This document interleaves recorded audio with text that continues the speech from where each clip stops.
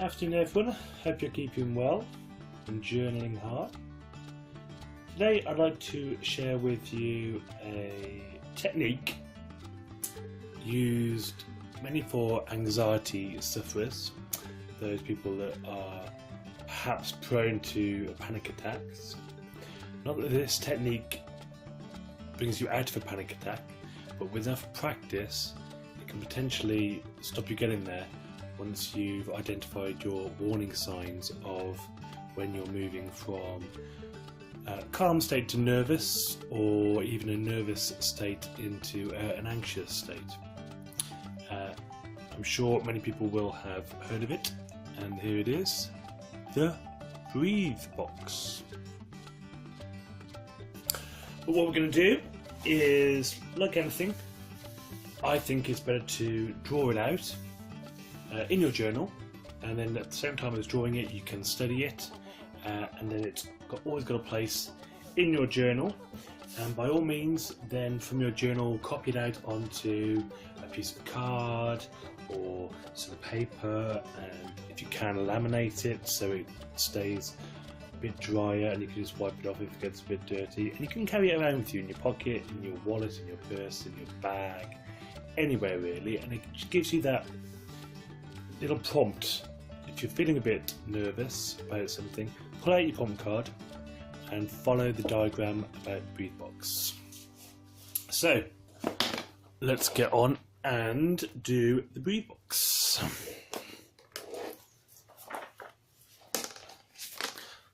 Got a ruler here.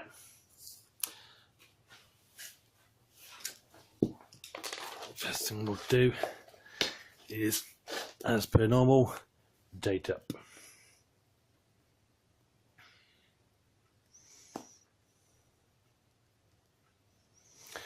And just head up the page, the Breathe Box. Now, as it sounds, the Breathe Box is all about breathing. And I'm going to suggest to you, unless you have difficulties breathing through your nose, you do the whole exercise breathing through your nose. If you do have difficulties, then by all means breathe through your mouth. It's just from my experience, the more you can practice breathing through your nose, it's more powerful in calming yourself down and also seeing off any panic attacks. And indeed, during a panic attack, to breathe through your nose is more beneficial, as it prevents hyperventilation.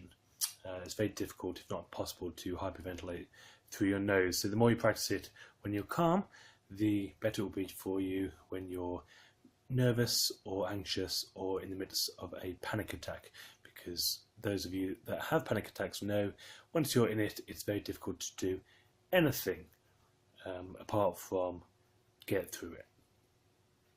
So, first part of the exercise, first line, is to breathe in. Simple. And how do we breathe in? We breathe in through our diaphragm, which is the stomach area, not from your chest, your stomach. And the easiest way to see if you're doing this is to place something light, like a teddy, on your tummy. And if you're breathing diaphragmatically, it will rise up and down as you breathe in and out. If you're breathing from your chest, it will not. So you want to really breathe from deep down. For me, it was when I was taught to play a woodwind instrument. I was always taught to breathe from your diaphragm, and I think it's possibly the same for singing. So that's where you want to be practicing from, not from your chest, a shallow breath, but a deep, meaningful breath from your diaphragm.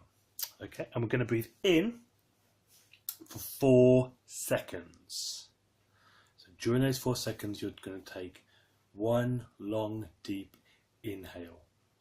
If you struggle to do this for 4 seconds, practice. Do it for 1 second, 2 seconds, 3 seconds, build it up. Don't be hard on yourself. But what we're aiming for is 4 seconds. When we've got to that 4-second stage, we're going to hold our breath. And yep, you guessed it, we're going to hold our breath for 4 seconds. So we're breathing long in for 4 seconds. We're holding it for 4 seconds. 1, 2, 3, 4. And then instead of just blowing out all that air, we're going to control our breath. So we're going to release it over the course of 4 seconds.